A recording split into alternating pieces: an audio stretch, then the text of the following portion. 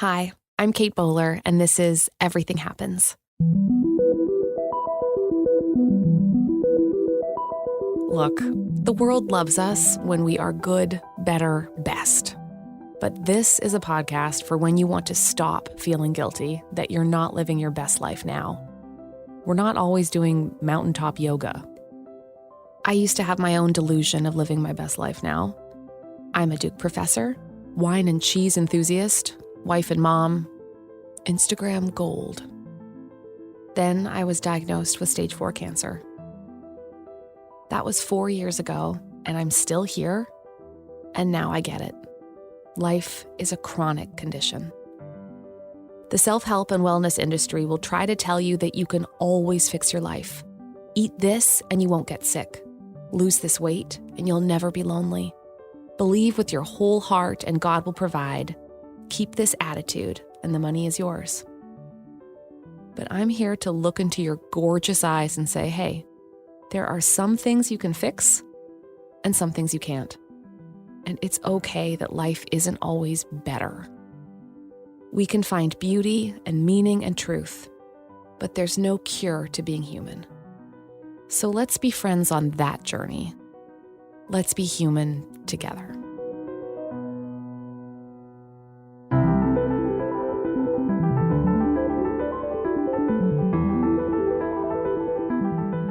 Today we're talking about agency. Agency is this word I use a lot. It describes the degree to which a person has the ability to make decisions about their life, to change it, control it, direct it. We all want a little bit of agency, especially when we're facing impossible circumstances. Sometimes it feels like we have unlimited agency. There's that Churchill quote that says, "We are still masters of our fate. We are still captains of our souls." That is the feeling of unlimited agency, unlimited possibility. But then there are those of us who have been crushed by disease or had our lives upended by loss or mental illness has ravaged our families. Agency seems harder to come by, especially now, when we are all facing the uncertainty of a pandemic with no clear end in sight. We lose a little bit of our ability to know how to act when we feel like we are spinning our wheels, or worse, buried deeper and deeper in the mud. Some people see an obstacle and bulldoze their way through it. Others are simply bulldozed. What makes the difference? Today, I'm speaking with a human bulldozer. His name is David Fajgenbaum. David is an incredible superachiever. He has 2 master's degrees and an MD from UPenn, and he's only 34. I know. But the road to all those accomplishments hasn't been easy. When he was in medical school, his body was ravaged by a mysterious illness, taking him to the brink of death more times than anyone should remember. But he is the author of Chasing My Cure, because in the midst of all that, he found the cure to his own disease. But we'll get to that soon. David, hello. I'm so glad we're speaking today. Kate, I am so happy to be chatting with you as well. I loved hearing your all about your life because it feels like you've lived 1,000 lives, is what I say. You have had so many aspirations. You played quarterback at Georgetown. You had a gorgeous girlfriend. Your life was on this trajectory of success and endless possibility. But then when you were 19, your mom got really sick. Mm-hmm. Can you tell me what happened? Sure. So just as you said, I was a couple weeks at Georgetown at that time. I'd just gone off to college, and I received the news from my dad that was just totally devastating, and that was that my mom was diagnosed with a terminal brain tumor. And it just totally, as you can imagine, just totally upended my life. And I went from this, young and optimistic and energetic football player who kind of had one view for the world to being so devastated by my mom's diagnosis. Did it change your view of what you felt was possible after you knew that something that awful could happen to someone you love so very much? It did. It was tough for me because not only was it something so bad happening to someone I loved so much, but it Yeah. was someone who was just so good, and everything about her was just she lived for other people. She was basically an agent for good. Yeah. That's who she was and what she did, and so that was really hard for me. Mm. It does sound like her hospitality, like her amazing generosity is something you inherited though, because I see how you immediately take what you do and like make it a gift for other people.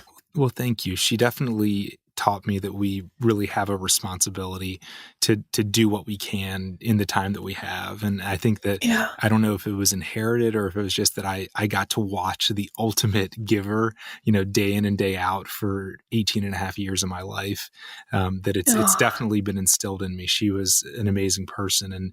And even after her passing, I just felt like I needed to continue her legacy in some way. And so I started an organization in her memory called AMF. My mom's name was Anne Marie Fajgenbaum, and we named this group AMF after her initials. And it stood for oh, Ailing Mothers and Fathers, and now it stands for Actively Moving Forward. It's a support network for college students dealing with the illness or death of a loved one. And I think it's really the ultimate embodiment of her. It's connecting young people who are having a hard time with other young people to be shoulders to lean on. wait, you went from being like a 19-year-old human Tigger who played quarterback to like opening a grief network. For me, my life just went from football, football, football to grief support, and I just want to be a cancer doctor because I want to treat people like my mom. Yeah. Maybe because I don't know that many unbelievably athletic people, David, but like I saw the photos of when you were like superhuman giant football man. And you're like, it's such an incredible like dichotomy of what you experience next because you're like winning bench press competitions and like you're working out all the time and then you start to have these mysterious symptoms and I I'd love to hear how you first understood what was happening to you and where you thought that might take you. Over the course of just a couple of weeks, I went from being totally healthy, like you said, literally winning bench press contests because I was in such good shape, to feeling more tired than I'd ever felt before, noticing Yeah. fluid pooling in my ankles, noticing lumps in my neck that I didn't know what they were at the time. And Yeah. I got really, really, really sick. I was so sick that by the time I finally went to the emergency department, I really wanted to take this one medical school exam because I guess I don't know, I'm crazy, I guess, but I really wanted to make it through this exam and then I'd go get checked out. So I kind of limped from my medical school exam down the hall to the emergency Oh, department, buddy. and they ran a series of tests, and they said, David, your liver, your kidneys, your bone marrow, and your lungs are shutting down. We have to hospitalize you right away. And within a couple of days, I got critically ill. I had a retinal hemorrhage that made me blind in my left eye. I gained 70 pounds of fluid due to my liver and kidney failure, and I needed a feeding tube and basically required daily transfusions to keep me alive, all with no Wow. diagnosis. You and your loved ones actively prepared for your death. What happened? Kate, it was 11 weeks of just kind of pain and fear and suffering um, and just reflection in the hours that I would be awake during the day. I would Yeah. reflect on my life because I knew that I was not going to survive, and the doctors knew that I would not either. And actually, at one point, when I was really at my sickest, 11 weeks in, the doctors told my family that they should say their Oh, goodbyes. I don't remember too much of that experience because I was so sick, but I do remember reflecting back on my life and thinking about what I had done, what I hadn't done. And I remember that the things that I regretted actually had nothing to do with things that I did do. What I really yeah. regretted were the things I didn't do or I didn't say. And in particular, what I didn't say to my prior girlfriend, Caitlin. We had dated for a couple years from college Mm. and had broken up about 6 months before I got sick. And I specifically remember not fighting for our relationship and saying to myself, well, it's okay. We're 25 years old. We have all the time in the world. If it's meant to be, it's meant to be. And then there I was on my deathbed, having my last rites read to me and realizing that I would not have more time, and that I wish I had spent those last 6 months with Caitlin, and that I wished that I could have a life with her and that we could have a family one day, and just being totally devastated. Yeah. Yeah. Yeah. Yeah, that makes sense to me. There's like the loss of potentiality is like such a big and intense loss. Like not in the abstract, but right when you're picturing someone that you would never be sick of. She might be sick of me at some point, but I would never be sick of her. That's right. I know it's totally dumb. There's this line in a movie I loved where like someone just said, "Oh, what I would have given to have tired of you." Wow. And like, I felt that too when I was in having my hospital moment where I was just like looking at my husband and thinking about my kid and thinking like, I would give anything to get really, really sick of you. And he's pretty awesome. I know Toby. So I can see why you'd say that. Yeah. I imagine that must have been so hard to toggle both like the medical side of your brain. You're such an incredible synthetic mind. And then to be simultaneously processing all the personal loss and then just the helplessness of being a patient. And even worse, what was, I think, maybe most difficult for me was that the medical system that I had bought into, and I was, halfway through my medical training, was also helpless and was also unable to identify a diagnosis. But thankfully, right around, actually within 48 hours of having my last rites read to me, the diagnosis was finally made of idiopathic multicentric Castleman disease.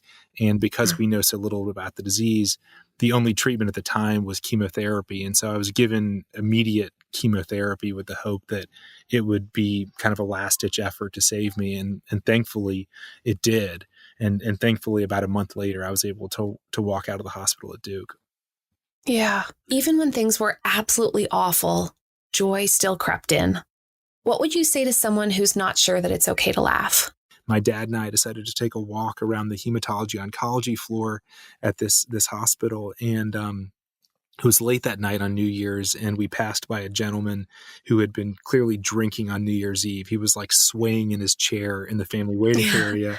And in our next lap around, we saw that he had fallen onto the ground. And so my dad ran over to him and helped him back into his chair. And he looked at my dad and I, and I should mention that I was carrying an IV pole with me, and I had a huge belly because of my liver and kidney failure, and I was bald from the chemo. And he looked at my dad and I, and he said, "Thanks so much. Good luck to you and your wife." And we're like, "Wife?" And then I looked at my belly, and I realized he thought I was my dad's pregnant wife, and we laughed so hard, Kate. I mean, I like almost fell onto the floor. I was laughing so hard. And I turned to my dad and I said, "Man, you've got an ugly wife." And we just were like floored. And I think that it's those sort of moments where, I was getting misgendered as my father's wife. Like, there's a lot of reasons that could have been particularly complicated. But I was so happy to be alive, and we just laughed so hard. And I think that during really tough times, not to say that there's always like, something to laugh about, because truly there are some times where there was nothing to laugh about. You know this all too well. There are times where the only thing you can do is cry. But I think there are these times in between where it feels like the only thing there is to do is to cry. And I probably could have cried, when I got confused as my dad's pregnant wife. But I think that I think that sometimes if you can find some positivity and some humor in it, at least for me, that made me feel so connected to my family. Yeah, totally. But also, alternate theory, you'd make a beautiful woman. So I think both possibilities are open. I'll make sure there's photos of you in the show notes so people can just kind of weigh in on that. Don't worry, I'll send you the results. I'm just thinking of how intense it must have been to finally have some more language around your diagnosis, but then start to realize that didn't mean that there was a cure. After the first 6 months of being sick, the first thing I did was reach out to Caitlin and to try to get back together with her and to tell her that me just believing that it would work out at some point in the future was just the wrong approach, and that I Yeah. wanted us to be together, and it was such an important priority. And thankfully she felt the same way. So Caitlin and I were dating again, and I told my dad, my sisters, and Caitlin, I'm going to dedicate the rest of my life to trying to identify treatments and maybe a cure for this disease. And I remember, the look in their eyes. They obviously they gave me kind of a half smile, like, you got it, Dave. We believe in you. But they were just so terrified as to whether I would make it through the next day. Yeah. It sounds like it was like a whole family, all hands on deck kind of thing. Am I remembering it right that at one point your dad was like having a regular phone call with the director of the National Institute of Health? Yes, it was Tony Fauci, who, of course, everyone now knows. Oh, And the best part about this, Kate, is so my dad got Tony Fauci's cell phone number from a family friend, and the assumption was that maybe my dad would call Dr. Fauci maybe once, to give him the story. yeah. Well, by the way, you would love my dad. He's like the most extroverted person in the world, and he is a bulldozer for sure. And he's not a very eloquent bulldozer. And so he would call Dr. Fauci every day for 3 weeks while I was in the ICU. And he didn't know that it was Dr. Fauci. He just knew it was some guy named Fucci. So my dad would say, "Hey, Fucci," and he would just run through all the lab tests and the clinical features, and he would go through every day and update. And Tony Fauci would spend 30 to 45 minutes on the phone with my dad every day for 3 weeks while I was in the ICU. My dad never called him Amazing. doctor. My dad never knew who he was. And I got out of the hospital literally months later, and I was like, "Dad, I have this memory of this like Fucci. Like, what is Fucci?" And he was like, "Oh yeah, I was calling this guy named Fucci at the NIH. I don't know who he is." And so I like Google Fucci, like Foochi, and Google corrects me and says Tony Fauci, and then corrects me further, and I learned that he has a Presidential Medal of Freedom. And I was like, "Oh my gosh, Dad, you were calling Tony Fauci." He goes, "Oh yeah, that sounds right." And I'm like, "Oh my gosh." And so I love that for so many reasons. Partly it's also explaining you to me right now. a little bit, yes.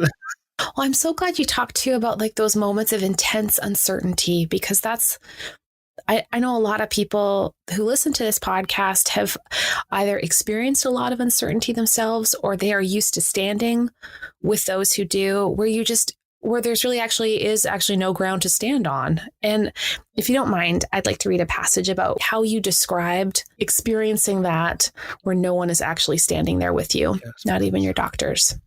You write, "I knew the language that doctors use, the careful truth-telling, the hedging, the open-endedness. I've spoken that language before. Now that it was directed at me, it didn't feel nearly as careful or open-ended as I'd once assumed. Instead, the words felt like they were casting me out of the room, out of the hospital entirely. I'd been consigned to the plane of possibility. Anything was possible because no one knew. I was on my own." That's so beautifully put.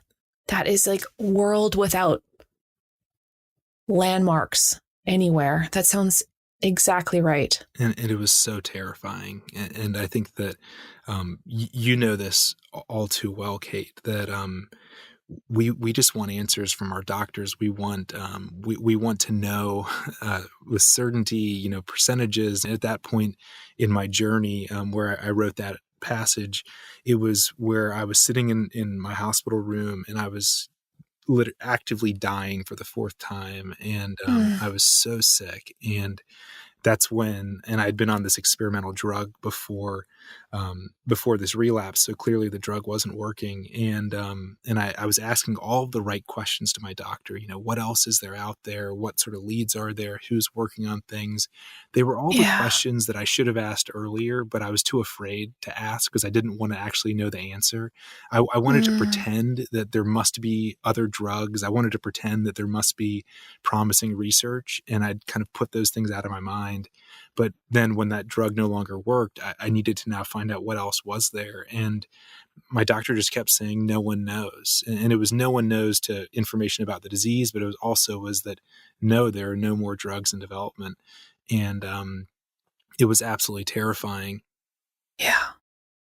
I'm just kind of blown away, though, by your gut instinct to like step forward. Like, no matter what, you just like, you push in. Because I know you cycled through this unreal move from life to death to like almost dying over and over and over again, until like all the while realizing that there's no cure or adequate treatment in the works to save someone like you. And you write, I couldn't accept living in between almost dying. Unbelievable. you just decide that like you're going to get to work. If I'm going to survive, I need to basically create knowledge that doesn't exist today. And I wasn't foolish in thinking that like I could do it. In fact, I didn't think that I could do it.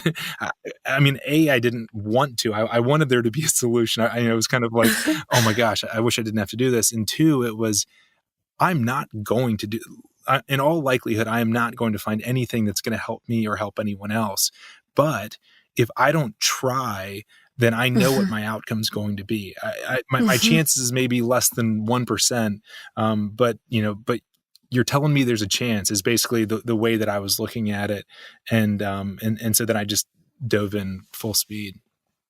David, I don't mean for this to sound flippant in any way, but when you say, you're saying I have a chance, does that also remind you of the Dumb and Dumber moment? I was 100% referring to Dumb and Dumber, and I wasn't sure if you were going to pick up on that and if that was going to be yeah. That's so funny because reading your book, we've had dinner and like I just absolutely adore you, and I've been thinking about your unbelievable capacity for hope, and I literally wrote down here the moment in Dumb and Dumber when like one character is being rejected by a woman who says the chances of them ending up together are, quote, 1 in a million, to which he replies breathlessly, so you're saying I have a shot. And it struck me, honestly, while I was preparing for this interview, that you really talk about hope in the same way. You look at insane odds and you seem to always say, so you're saying I have a shot. Yeah, I mean, I don't think I'd ever made the total connection to that in Dumb and Dumber, but Dumb and Dumber might actually be an appropriate way to describe my outlook on odds and on chances. Yeah. And I think it was from my experience with my mom and knowing that I couldn't just hope and I couldn't just pray. I would need to hope, I would need to pray, and I would need to act. And I think so often in life, there's this kind of, it's either or. It's either you hope and pray or you take action. And I think they need to come together. They need to work in parallel. We need to reflect on what we pray for, because whatever we're praying for, that means it's really important to us. And oftentimes we have the agency and the power to actually be a part of making that which we're praying for become a reality. Yeah.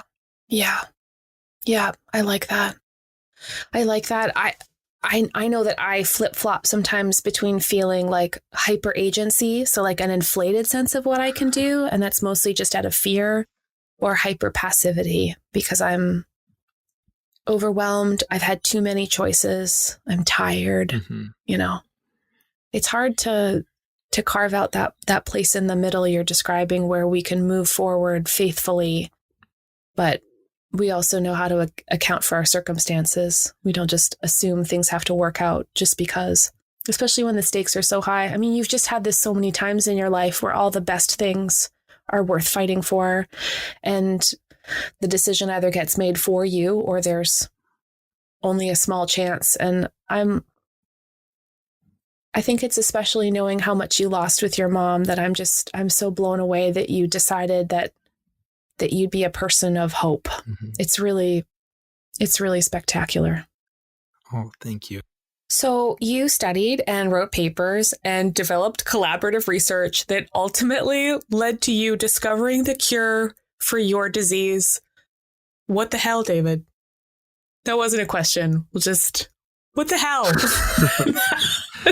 So yes, I'm literally, alive and talking to you today, thanks to a drug that had never been used before for my disease, that I was able to identify from research I did in my lab, and thanks to this amazing collaborative network of people. So can you talk to me about the logistics of how you found the medicine that has kept you alive right now?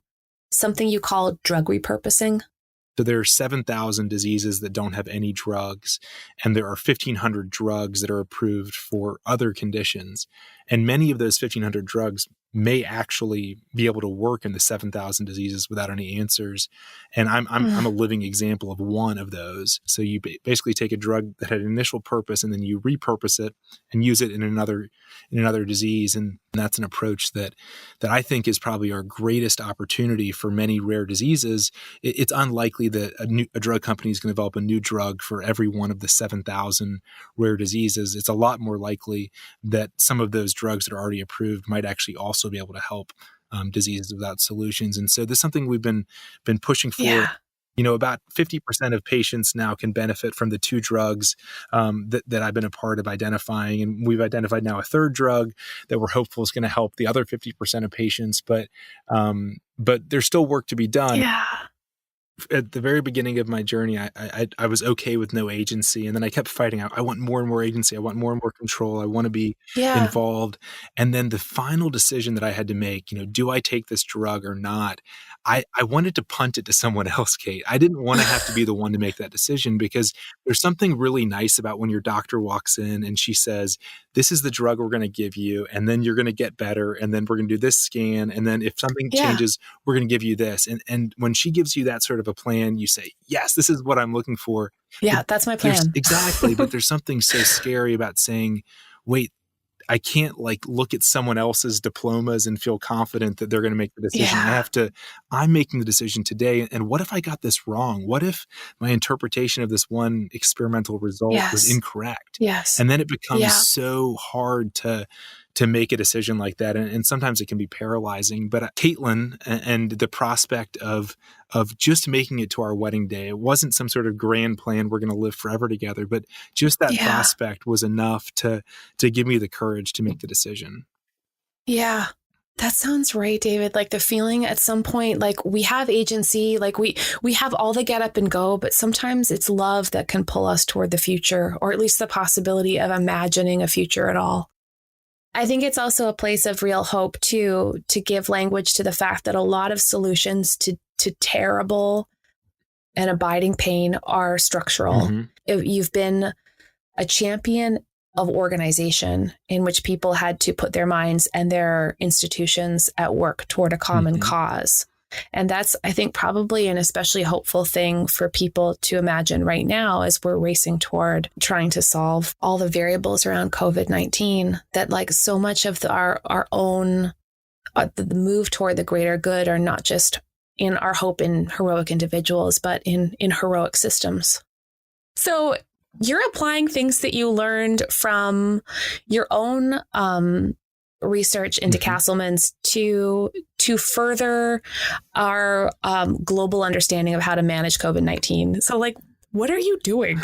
I run a lab now at UPenn that's focused on the immune system. I study Castleman disease, other immune system disorders, and also this concept of drug repurposing. And so I was driving down to North Carolina to visit my sister and my brother-in-law. My brother-in-law has late-stage ALS, and we were traveling down to see him, and it was right before all of the COVID-19 challenges really arose here in the States. And it was late at night, and Caitlin was asleep in the car, and I was driving down. It was kind of me on my own with my thoughts. And I remember I was driving and just thinking to myself, I just really hope, and I was also just yearning and praying and wishing that some researchers out there would follow the approach that we've taken to Castleman disease and would follow the steps. It's kind of a very algorithmic way that we've gotten towards treatments for Castleman's. And I just hope someone does that. Yeah.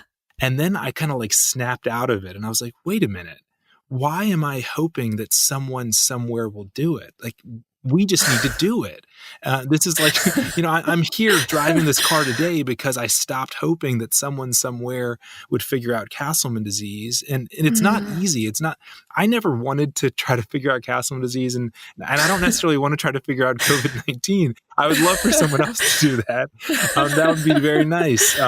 But it was kind of like, wait a minute, like, what have you been talking about for all this time? Why did you write this book about turning hope into action? That's literally the subtitle of my book, A Doctor's Race to Turn Hope into Action. And here I am just hoping that someone somewhere is going to do this. And so I felt really compelled and since then have completely turned my lab of 13 scientists focused on COVID-19 and also the foundation that I run, the Castleman Disease Collaborative Network.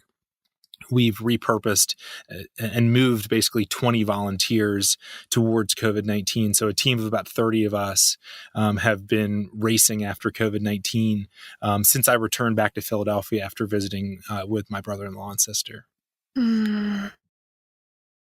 David, I'm so grateful we're friends, and I love knowing that at any moment you are out there turning hope into action. But let's be real, I know we should all be right out there with you.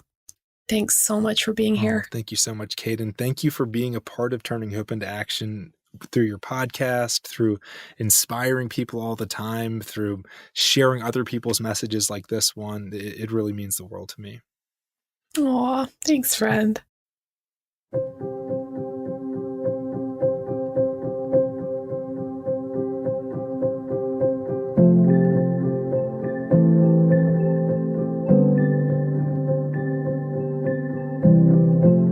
David's story is about hope, but what I heard sounded like two kinds of hope. Hope that doesn't wait, hope that anticipates and moves into the possibility of a beautiful future.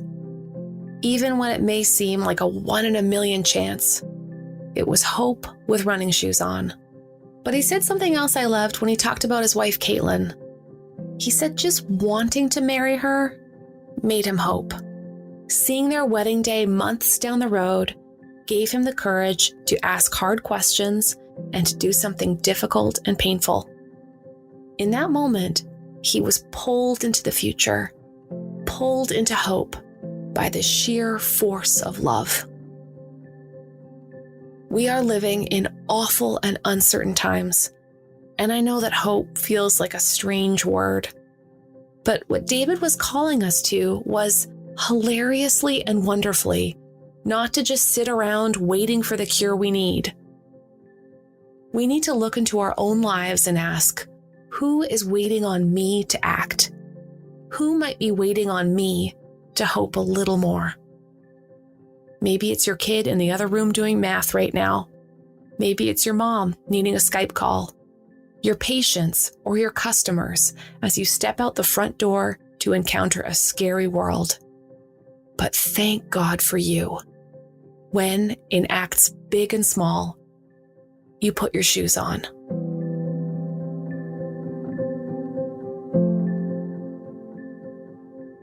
This podcast wouldn't be possible without the generosity of the Lilly Endowment.